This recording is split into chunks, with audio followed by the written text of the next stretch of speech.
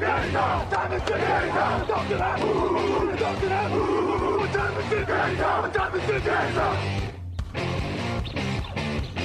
gun, Hulk left slot, Dixie left, T left, Mercedes, wide chip, Ricky, Fever left, 75, Katie, Omaha, quick going.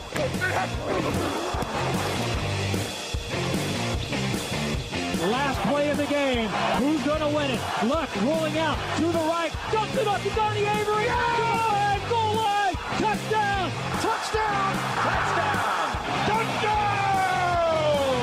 Hello, bonjour et bienvenue à tous dans l'épisode numéro 138 du podcast Touchdown Actu. On a été très heureux de vous retrouver pour votre dose hebdomadaire de NFL, mais ce n'est double dose hebdomadaire. C'est bi-hebdomadaire, même moi j'ai du mal à m'y faire.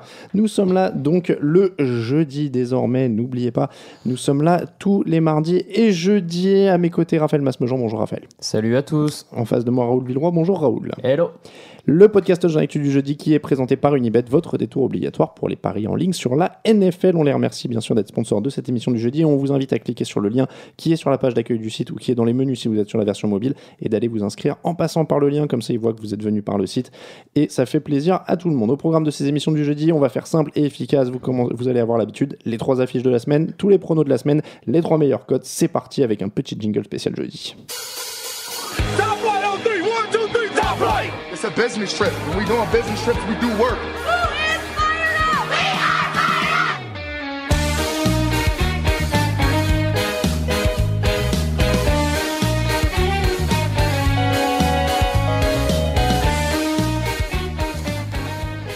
C'est parti pour la deuxième émission du jeudi du podcast Touchdown Actu, messieurs. Et notre première affiche de cette semaine 2, c'est Packers-Vikings, le choc de la NFC Nord. Sam Bradford ou pas? Alors pour l'instant, à l'heure où nous enregistrons cette émission, on ne le sait toujours pas. Oui. Sam Bradford ou Shaun Hill, Mike Zimmer ne veut pas dire. Est-ce que ça peut être un match défensif finalement? Moi je te dirais oui, parce que en tout cas du côté des Vikings, que ce soit Shaun Hill ou Sam Bradford, je pense pas que ça change grand chose. En l'occurrence, on a vu dans le premier match des Vikings que c'est eux qui ont fait la différence et qui ont fait gagner finalement cette équipe du Minnesota face aux Packers qui ont peut-être l'un des plus gros armadas offensifs de la ligue, mais qui ont un peu peiné la semaine dernière. Je pense que c'est la défense des Vikings qui va être le facteur X de ce match.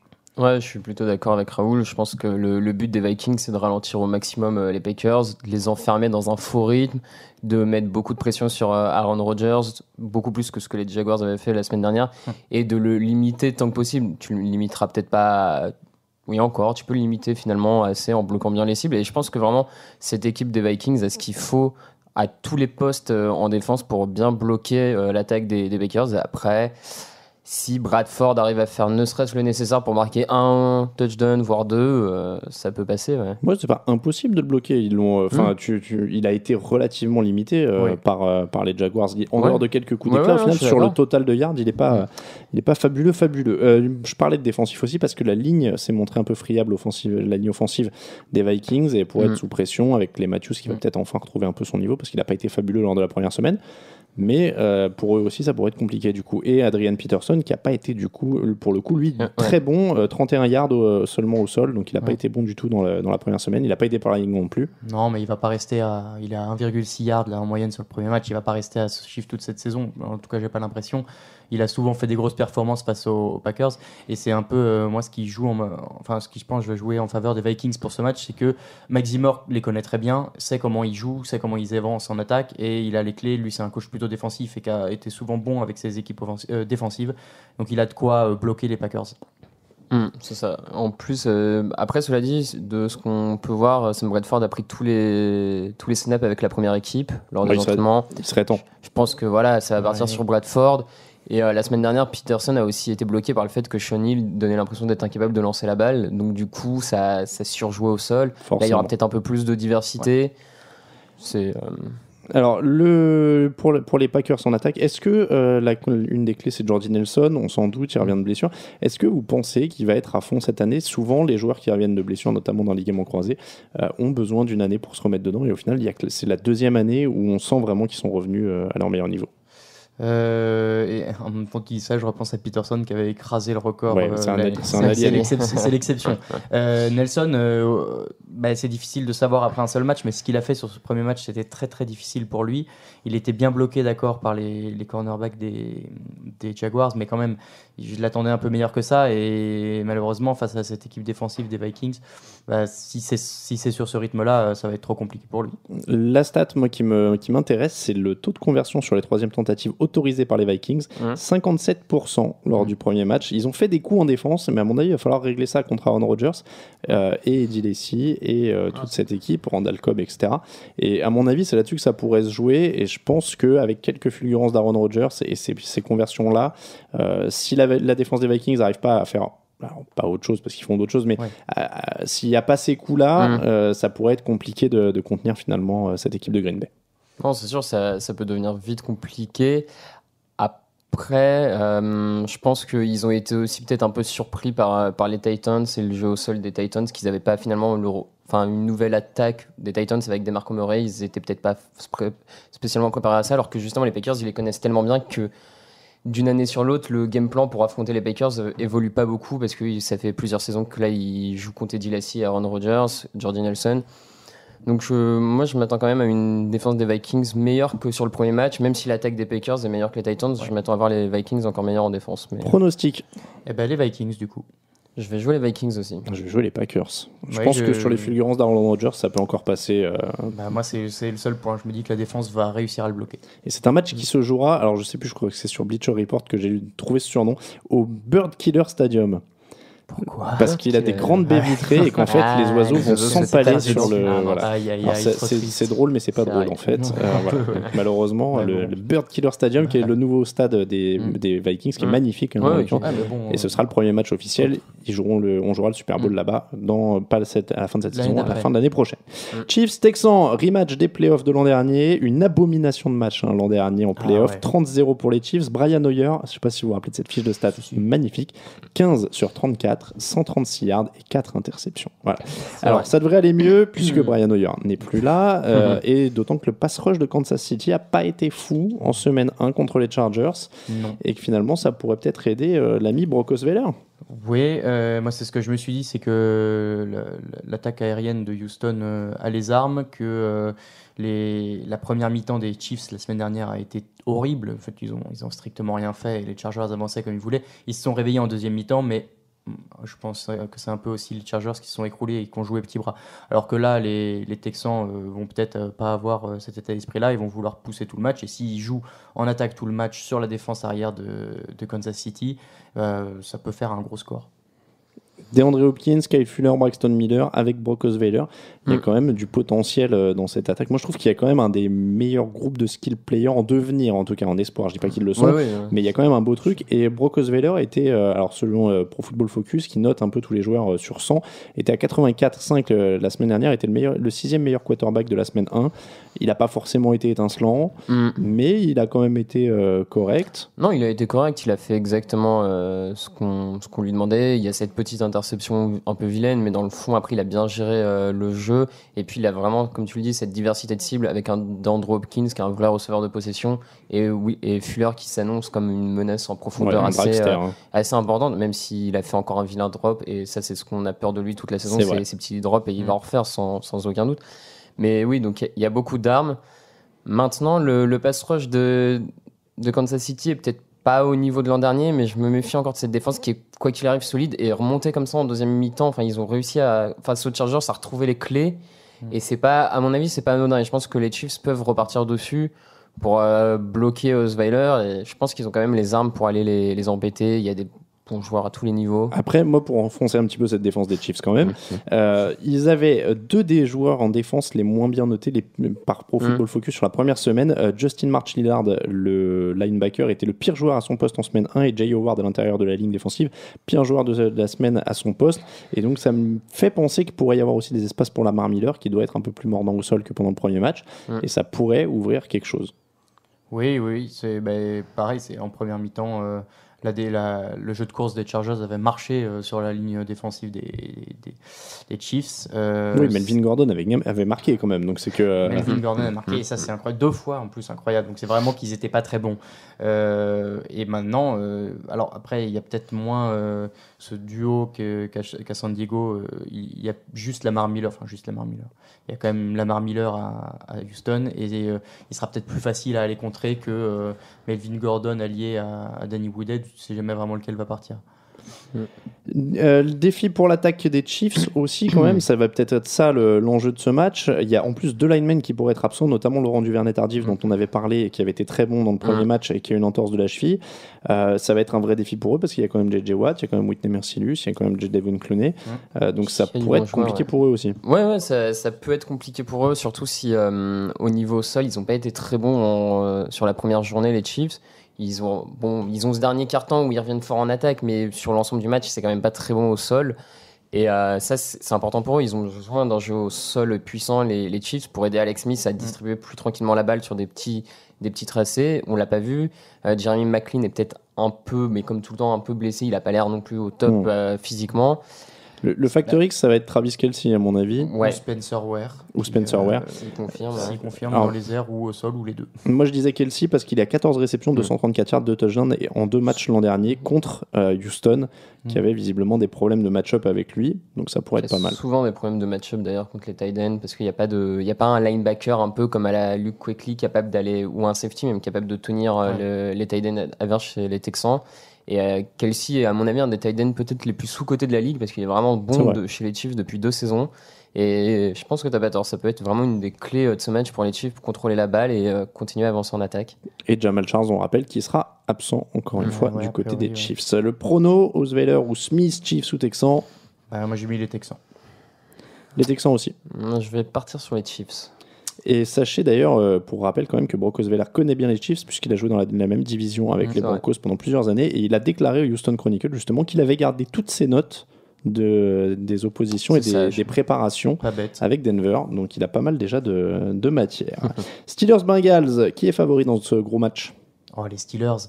Je pense que les Steelers, avec leur trio offensif, Williams, plus Brown, plus Roethlisberger, c'est a priori le meilleur trio sol, pass, quarterback de la ligue. Donc pour moi, ils sont favoris sur ce match parce qu'il y a cette attaque qui est a priori une des meilleures.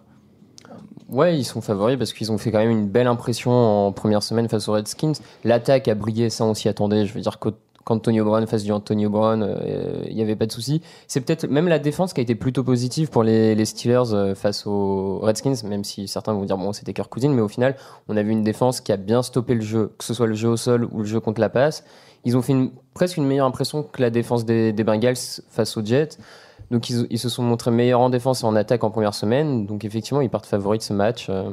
Mais qui reste compliqué, toujours les matchs entre les Bengals et les Steelers. C'est vrai. Vontaze Burfict ne sera pas là parce qu'il est toujours suspendu, notamment à cause de ce qu'il a fait lors du dernier match entre ces deux équipes. Il y aura des machines au poste de receveur. Il y a un duel à distance, forcément, Edgy Green et Antonio Brown qui va être magnifique. Est-ce que la clé, ça peut pas être le meilleur jeu au sol pour Pittsburgh, qui était à 143 yards de touchdown pour DeAngelo Williams, qui est joueur de la semaine d'ailleurs en AFC offensif. De Castro, Foster, Gilbert l'ont bien aidé sur la ligne. Et ça pourrait être une des clés parce que par contre, les Bengals ont l'air d'avoir du mal à trouver leur jeu au sol ces derniers temps, je trouve. Ouais, c'est dû à Bernard qui n'a pas été incroyable le premier match. Après, il jouait la défense des Jets qui est une référence maintenant à ce niveau-là. Moi, ce qui me fait un peu peur pour les Bengals aussi, c'est qu'ils ont accordé 7 sacs au premier match. Ça, c'est un autre problème. Le pass rush des Steelers n'était pas forcément le plus flamboyant, mais quand tu as un Cameron Hayward ou un James Harrison, ils vont bien réussir à aller chercher Dalton. Ils sont partis sur des bases de 112 sacs par saison. Ouais, c'est le mec qui a la stat qui veut rien dire. C'est ça. Il va en prendre 112 à 112, c'est bien. Bonne année à toi, on dit. Non, mais pour de vrai, ça va être compliqué aussi pour ça, parce que si tu as la pression sur ton quarterback, si tu as la pression sur ton coureur tout de suite, tu peux pas avancer. Et malheureusement, cette attaque des Bengals, elle va avoir besoin d'un peu de temps, je pense, pour lancer Edgy Green ou des trucs comme ça. Donc... Moi, j'attends d'en voir un peu plus de Joe Bernard quand même, parce que je trouve qu'il est un peu rentré dans le rang depuis sa belle saison. Mais pas que Giovanni Bernard, j'ai même envie de dire son collègue Jeremy Hill. Le duo avait été plutôt flamboyant l'an dernier. Jeremy Hill et Giovanni Bernard, ça faisait vraiment une menace à deux têtes un peu au sol au niveau des Bengals. Et c'est pour ce premier match. Après, c'est vrai que c'est la défense de Jets, mais ça a été un peu décevant. Et j'ai l'impression qu'il y a un peu ce statut de les deux qui se partagent beaucoup de snaps, ça leur rend peut-être pas tant service que ça. C'est ça. Bernard, par exemple, j'ai regardé ses 3 dernières saisons, il est sur les mêmes stats au final les 3 saisons, c'est-à-dire autour de 700 yards au sol, autour de 500 dans les airs, il met 4-5 touchdowns. Ouais. Et au final, ça change pas beaucoup. Il a pas l'air il a toujours que 24 ans. Donc, voilà. Oui, il peut progresser encore, mais ouais. Est-ce qu'on va avoir une montagne de points? Je suis pas certain quand même. Les derniers Bengals Steelers se finissent quand même avec des scores pas si élevés que ça se cogne assez dur dedans. Moi je vois plutôt autour de la vingtaine de points, mais pas... Autour de la vingtaine de points. Pronostic? Bon, moi j'ai mis les Steelers, tout ce qu'on a dit, je pense pas que la défense des Bengals arrive à les tenir. Ouais, Steelers aussi. Ouais. Allez, Steelers pour tout le monde, on passe au pronostic. It's time, baby! Make it special tonight! Make tonight special! It's our night, and it's our division. It's our time to go win it. We're going to start fast and finish strong. Yes, sir. Here we go. Work on 3. 1, 2, 3. Work.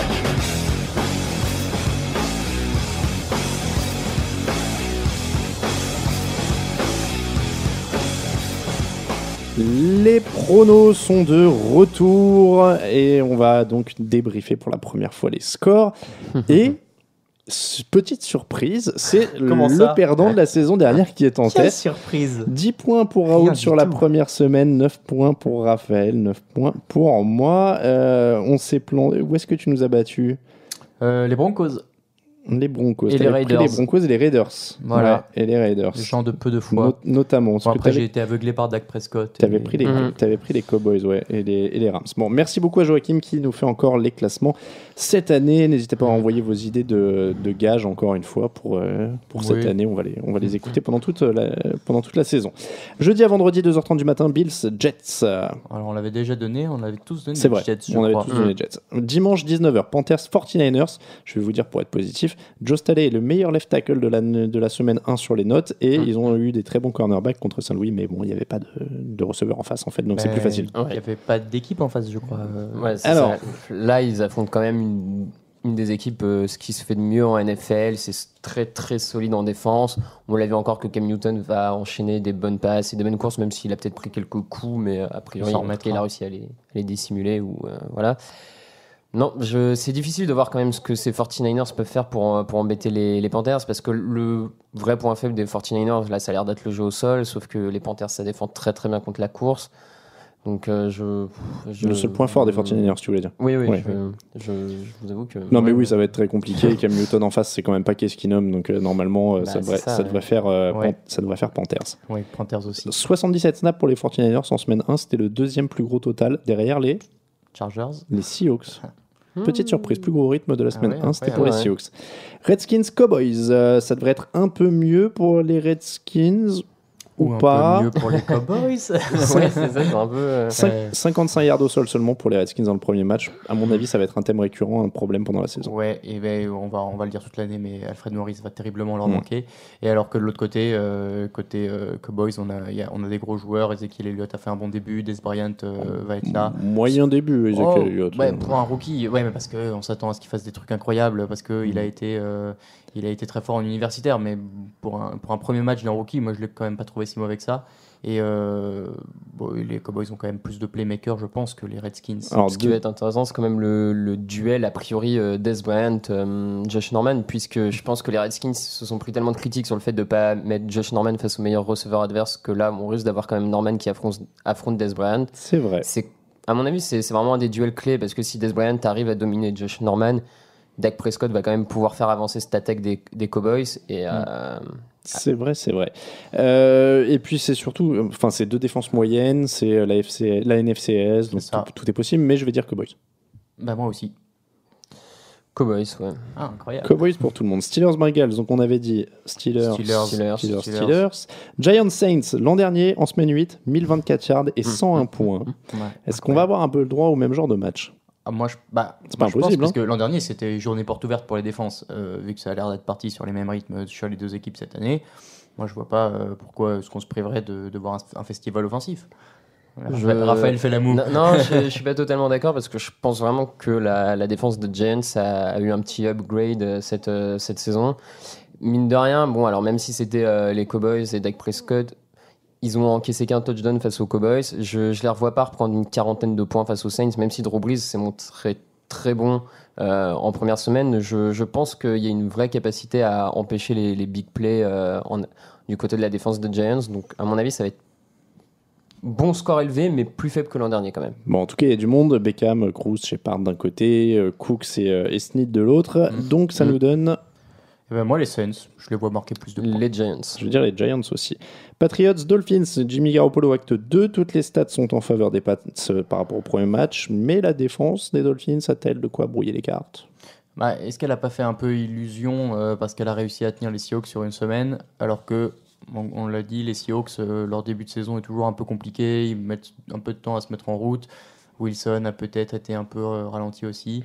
Donc, je ne crois pas que face aux Patriots, qui ont été plutôt déterminés dans leur premier match, ça réussisse à tenir. Ouais, ça me paraît compliqué, même si la défense des Dolphins a montré de belles choses. Ils ont aussi affronté une ligne offensive des Seahawks qui est catastrophique. Celle des Patriots, c'est quand même un poil meilleur. En tout cas, il y a le savoir-faire pour jouer un peu mieux avec des éléments moyens.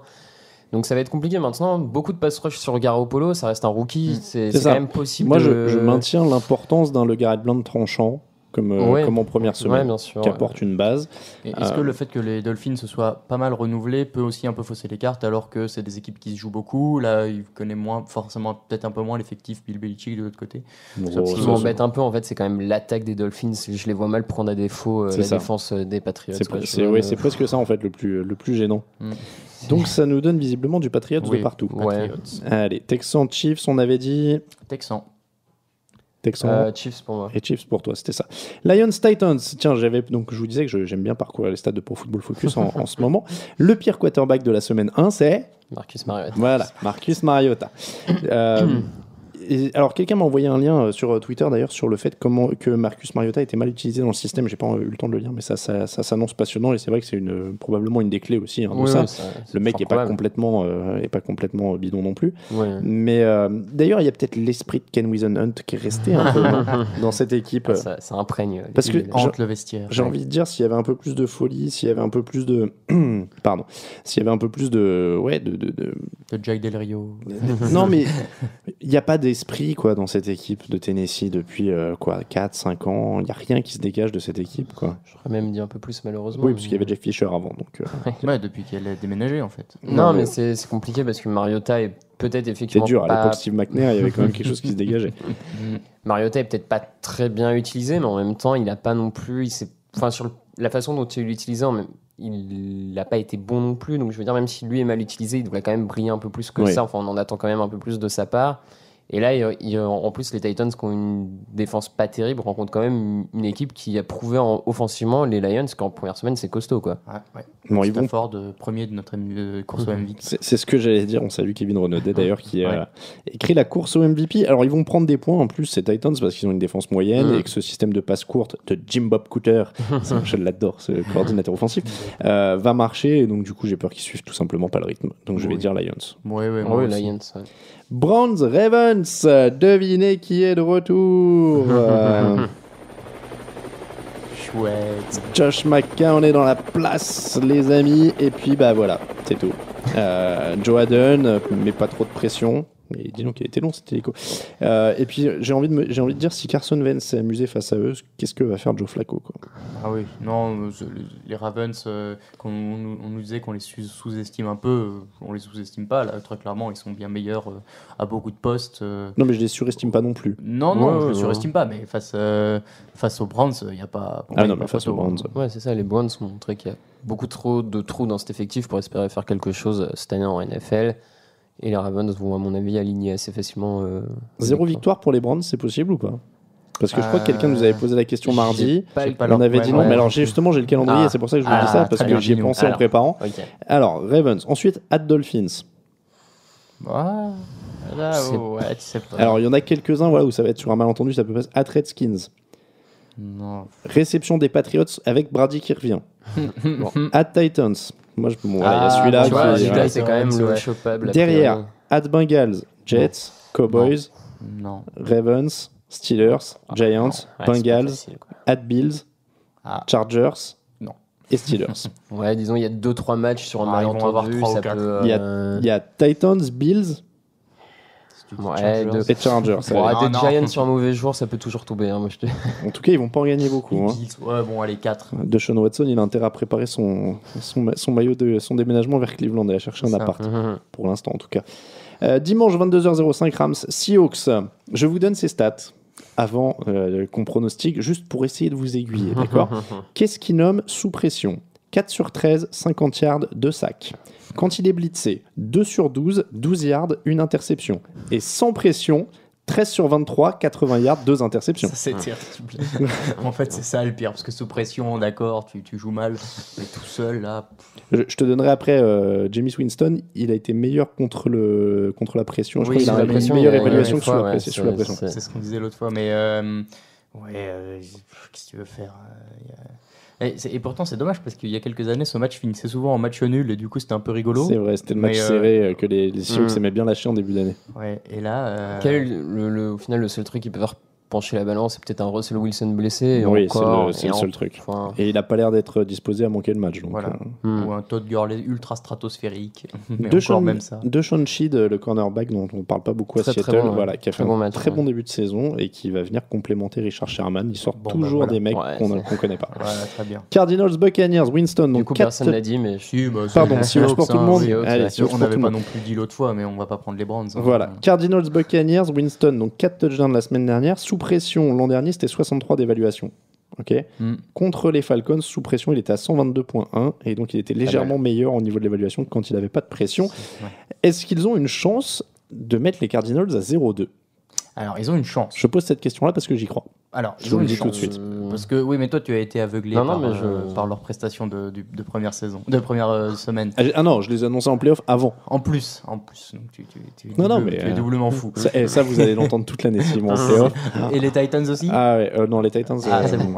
Ça paraît un peu plus compliqué. Bon, je les tenterai tous les ans, les Titans. Avant, je faisais les Chargers, je sais pas si tu te rappelles, il y a quelques années. Et maintenant, tu me respectes, c'est gentil. Voilà. Mais donc, est-ce qu'ils peuvent? Ils ont une chance. Ils ont montré qu'ils avaient les armes offensives. La défense, c'est pas forcément ça, mais c'est pas grave. Ils peuvent peut-être se lancer dans un concours de qui marque le plus de points avec les Cardinals. Maintenant, je pense pas qu'ils y arrivent, mais c'est pas impossible. Mais clairement, pour moi, le test, en fait, c'est pour leur défense. C'est ça. Il y a Gerald McCoy qui a été bon au milieu, il y a la montée des vides, il y a des mecs qui sont bons. Le linebacker, le jeune linebacker qui a été très très bon. Il y a des mecs très bons. Il faut voir s'ils peuvent sortir un match comme ça. Après, il faut voir aussi si Winston peut être régulier, parce que son péché mignon l'an dernier, c'était très irrégulier. Ouais, bien sûr, mais je pense qu'ils ont les armes, que ce soit en attaque et même en défense, il y a les armes pour bousculer cette attaque des Cardinals qui reste bonne, mais qui est un peu vieillissante. La clé, ça va être à mon avis de comment ils arrivent à bloquer David Johnson au sol et aussi finalement dans les airs, parce que c'est un coureur qui attrape beaucoup de ballons. À partir de là, tu remets beaucoup de pression, ce qu'ils sont capables de faire sur Carson Palmer, qui lui a été en difficulté sous la pression et même sur les passes d'un peu plus de 10 yards, il a été pas précis. Je pense vraiment que les Buccaneers ont un vrai coup à jouer sur ce match. Je parie les Buccaneers. Moi, je garde quand même les Cardinals. Ouais, je garde les Cardinals, mais c'est beau. Ça serait pas la surprise de la semaine, quoi, je trouve. Ce serait un beau résultat. Dimanche 22h25, Chargers, Jaguars, Melvin Gordon, meilleur coureur de la semaine selon Pro Football Focus, je tenais à te le dire, Raoul. Ça risque quand même d'être compliqué de répondre à des Jaguars assez explosifs.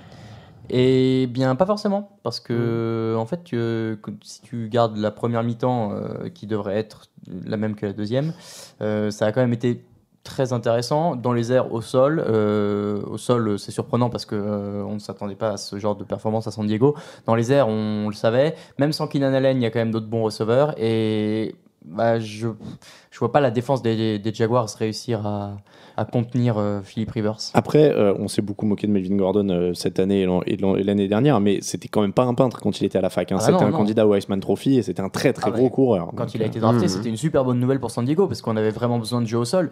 C'est juste qu'on avait, les gens sont tombés des nues. Maintenant, non, mais il lui a peut-être fallu une année d'adaptation. Oui, comme ça arrive à plein de gens.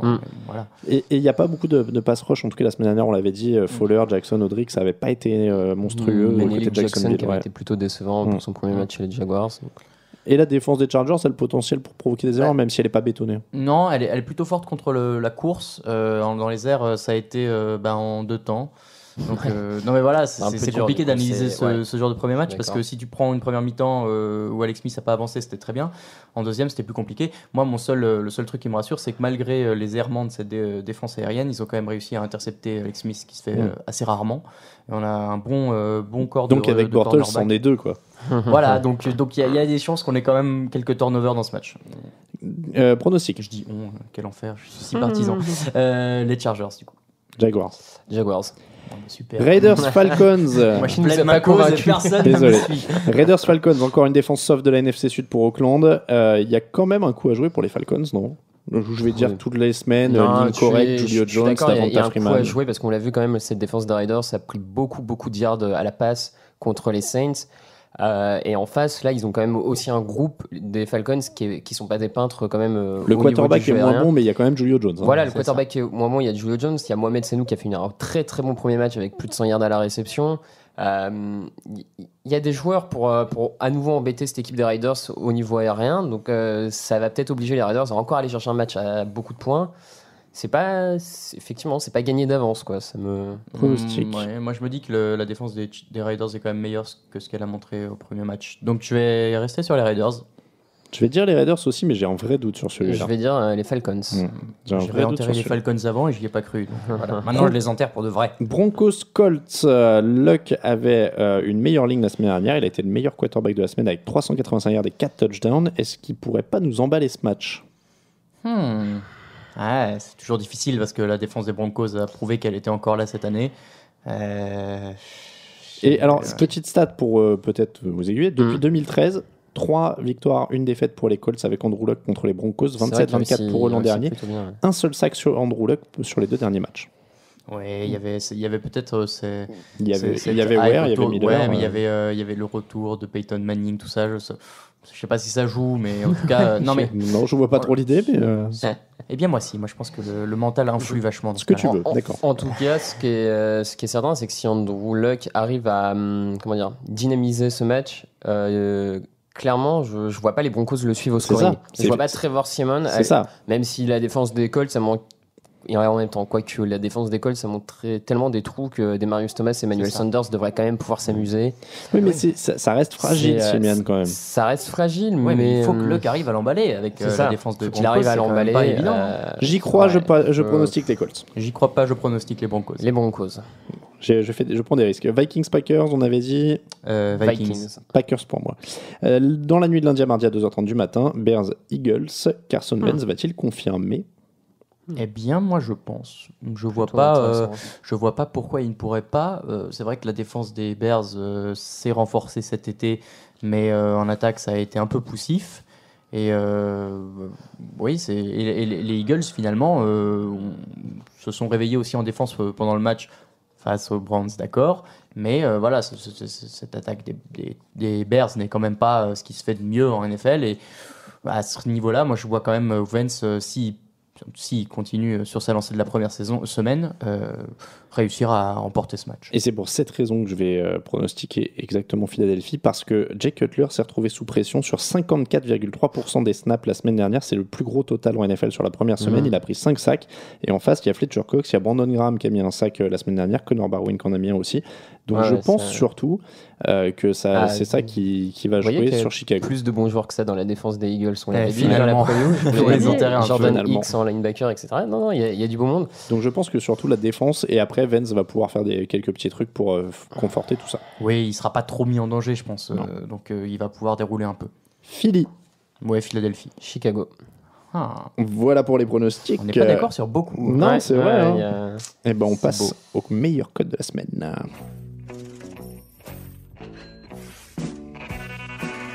Actu, analyse, résultats, toute l'actu de la NFL, c'est sur touchdownactu.com.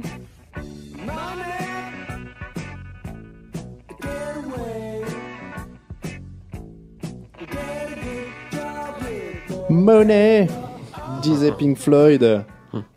Et ouais, c'est l'heure de gagner de l'argent. Qui veut gagner des millions?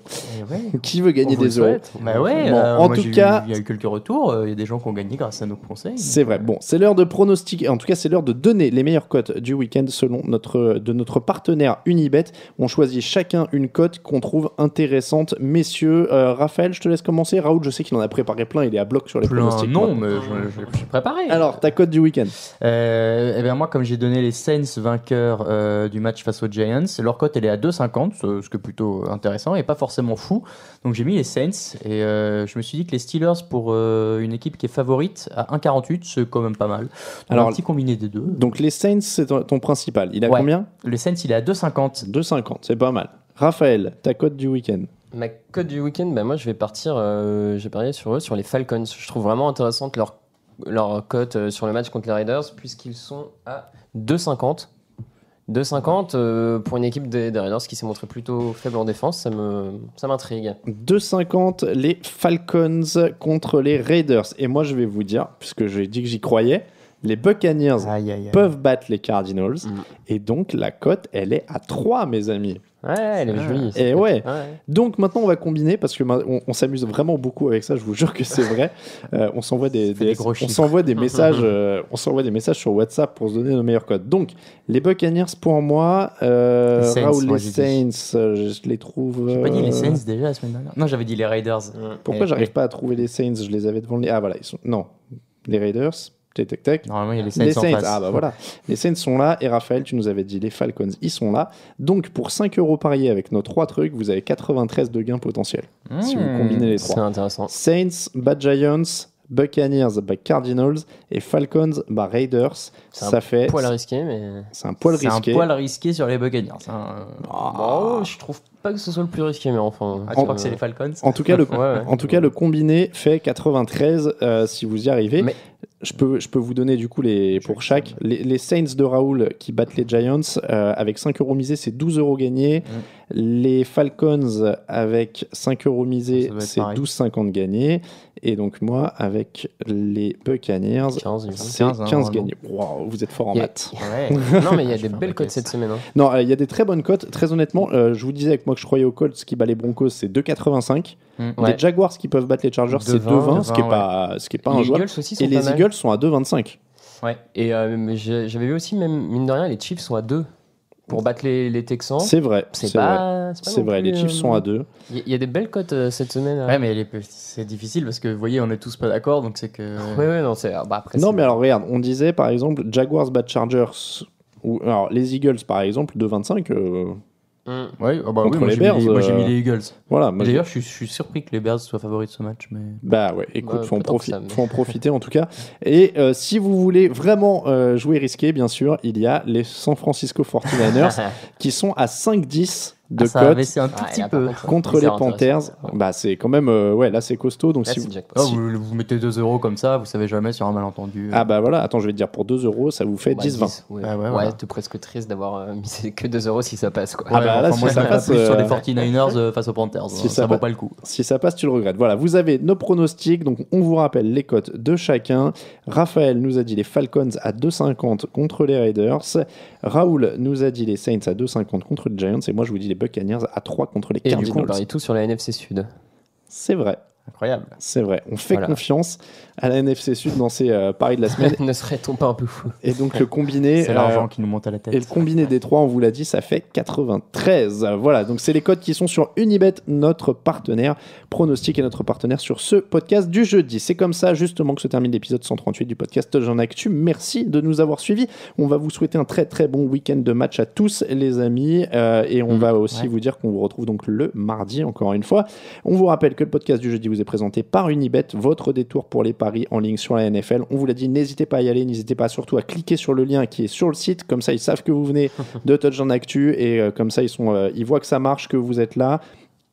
et tout le monde est content. On remercie aussi ceux qui nous soutiennent sur Tipeee. N'hésitez pas à les rejoindre sur Twitter, je vais y arriver, @NFLactu pour le site, @Raphaël_TDA pour Raphaël, @RaoulVDG pour Raoul, @Camille Sarabène pour Camille qui revient. Non, il est toujours à Seattle. Il doit pas tarder à revenir. Et Alain Mattei pour moi-même. On vous rappelle que toute l'actu de la NFL, c'est sur touchdownactu.com. Merci beaucoup, messieurs. Merci et on se dit à mardi. Très bon week-end de match à tous. Ciao, ciao.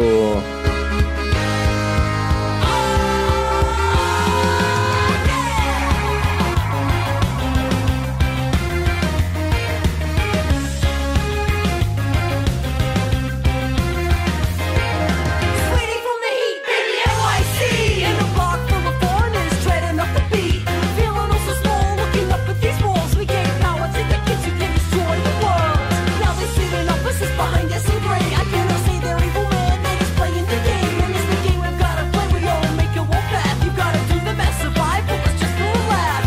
Don't you go wasting it or put it to the test.